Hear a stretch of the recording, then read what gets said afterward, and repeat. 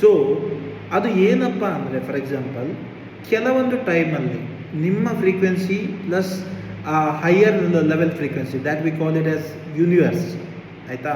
So ನಿಮ್ಮ frequency ಮತ್ತು universe frequency match ಆದರೆ, ಫಾರ್ ಎಕ್ಸಾಂಪಲ್ ನೀವು ನೆಗೆಟಿವ್ ಮಾತಾಡಿದ್ರೆ, so that will be transferred to the universe. ಆವಾಗ universe will respond. So universe will respond meaning, for example, ನಿಮಗೆ good ವೇಯಲ್ಲೂ ಇರ್ಬೋದು, ಬ್ಯಾಡ್ ವೇಯಲ್ಲೂ ಇರ್ಬೋದು, it will respond, right. So for example, ನನಗೆ 1 ಕೋಟಿ ಮನೆ ಬೇಕು, 1 ಕೋಟಿ ಆಸ್ತಿ ಬೇಕು. ಸೊ ಆ ಫ್ರೀಕ್ವೆನ್ಸಿ ಸಮ್ಟೈಮ್ಸ್ ನಾನು ಮ್ಯಾಚ್ ಮಾಡಿದ್ರೆ ಯೂನಿವರ್ಸ್ಗೆ ಕೇಳುತ್ತೆ, ಓಕೆ ಇವನಿಗೆ ಕೊಡಬೇಕು ಅಂತ. ಅದಕ್ಕೆ ನಾವು ಯಾವಾಗಲೂ ಪಾಸಿಟಿವ್ ಮೈಂಡ್ ಸೆಟ್ ಇಟ್ಕೋಬೇಕು ಅಂತ ಹೇಳೋದು. ಏನಕ್ಕೆ ಸಮ್ ಆರ್ ಅದರ್ ವೇ ಕೆಲವೊಂದು ಸಲ ಫ್ರೀಕ್ವೆನ್ಸಿ ಮ್ಯಾಚ್ ಆದಾಗ universe will try to respond to our wanting. So ಹೀಗೆ ಹಿಂದಿನ ಕಾಲದವರು ನಾವು ಯಾವಾಗಲೂ ಪಾಸಿಟಿವ್ ಆಗಿ ಮಾತಾಡಬೇಕು. ಸೊ ನೀವು ನೆಗೆಟಿವ್ ಆಗಿ ಮಾತಾಡಬಾರ್ದು, because the universe will listen you. ನೀವು ನೆಗೆಟಿವ್ ಆಗಿ ಮಾತಾಡ್ತಾ ಹೋದರೆ, ಸೊ ಅದಕ್ಕೆ universe will act accordingly. So that is the reason ಪೂರ್ವಜರೆಲ್ಲ ಅದು ಇದು ಎಲ್ಲ ಮಾಡ್ತಾರೆ. ಇನ್ನೊಂದು ಏನಪ್ಪ ಅಂದರೆ, ನನಗೆ ಥಾಟ್ಸ್ ಬಂದಿರೋದು ಏನಪ್ಪ ಅಂದರೆ, ಪವರ್ಫುಲ್ ಮಂತ್ರಾಸ್, ಆಯಿತಾ.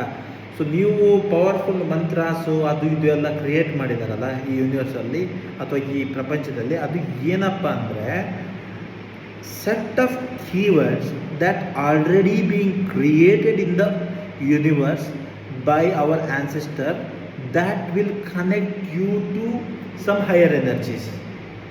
Okay, it's not only not only mantras, but for example set up places.